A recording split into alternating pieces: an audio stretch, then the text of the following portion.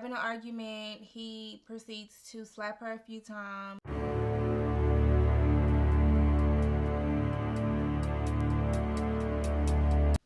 Hey family, and welcome back to another episode on our true crime series.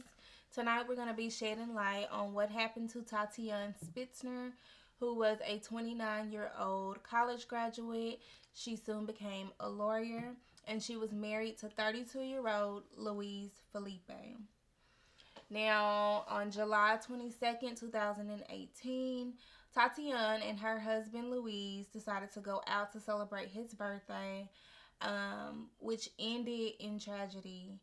On CCTV, you can see them in the car having an argument. He proceeds to slap her a few times and wrap the seatbelt around her neck before they pulled into the parking garage. Inside the parking garage, you can see them arguing more. He gets out the car. He walks around to her side and pulls her out the car and then slams her up against the car. And then at one point, you see her running for her life.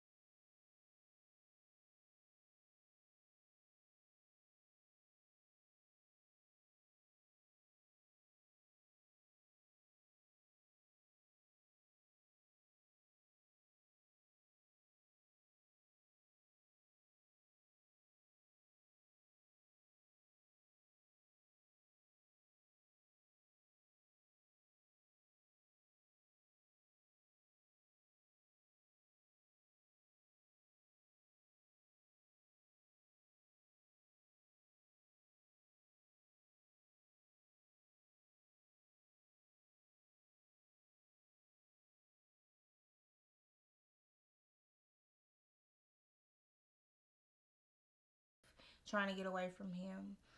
Now, on the outside looking in, they look to be this very happy couple. Like, their pictures were pictures you would see, like, in picture frames. Like, if you go in the store and just buy a picture frame, they were that type of couple. Pictures are beautiful.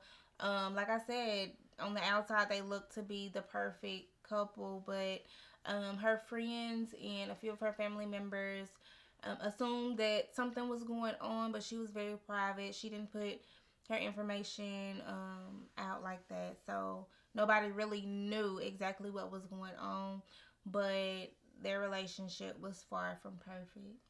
Yeah, they said it was many times where her friends would see bruises on her, Yeah. and she would try and cover them up and try to make excuses on why the bruises was there, but they said it was 0 reports of domestic violence and She never reported abuse, it. but now we know that he was very abusive. Mm-hmm. They said he was very controlling. Like, Yeah. they both made money. She was a lawyer, and she had to ask him to buy anything.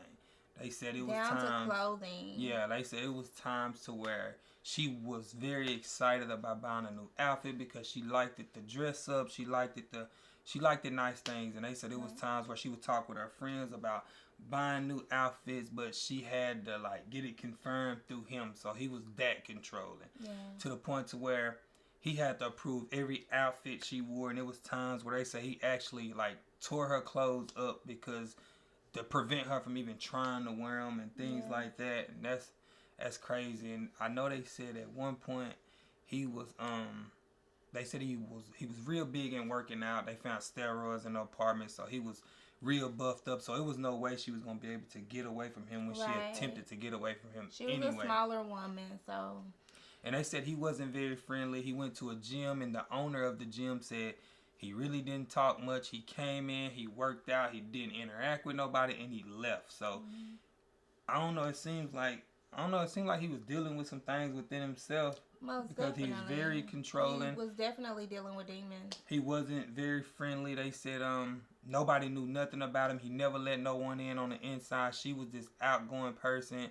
He really pretty much didn't. Nobody knew nothing about him. All they knew that he had a couple of siblings, and that was it. Right. They said he wasn't very talkative. None of that. And from the outside looking in, they looked at like this perfect couple. They took great pictures together. They loved traveling the world. They didn't have any kids, so Right. they was able to just get up and go and things like that. Now it's reported that they was going to hang out for his birthday, and that she was taking. He said she was taking too long, and we know that they was even getting into arguments before they left. They left.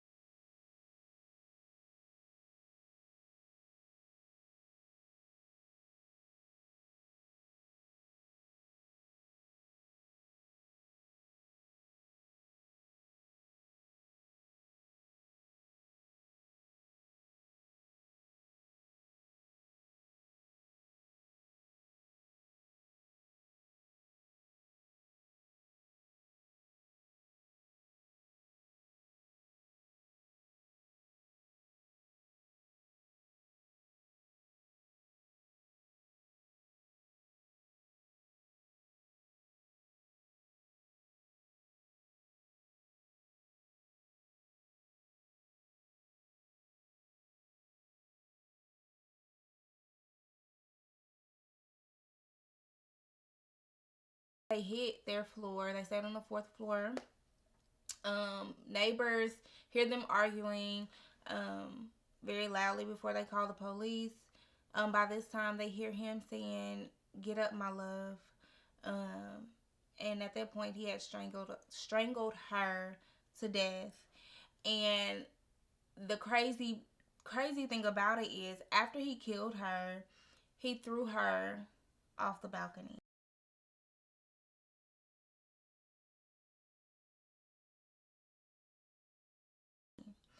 So his thing was, they were in an argument. They got into an argument, and she jumped off the balcony. But the autopsy report shows that she was not alive when she fell off the balcony. There was no cortisone, I believe, is what they said was in her body.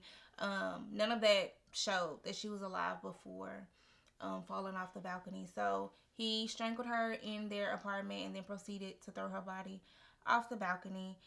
It shows him going back to the elevator because he did get her body from the concrete and took her back up to their apartment. It shows him walking in the elevator with blood all over his clothes.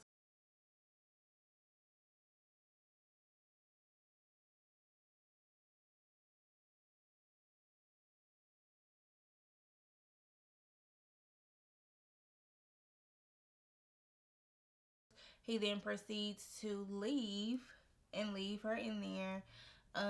You see him wiping the elevator down with a look like a t-shirt or a towel or something.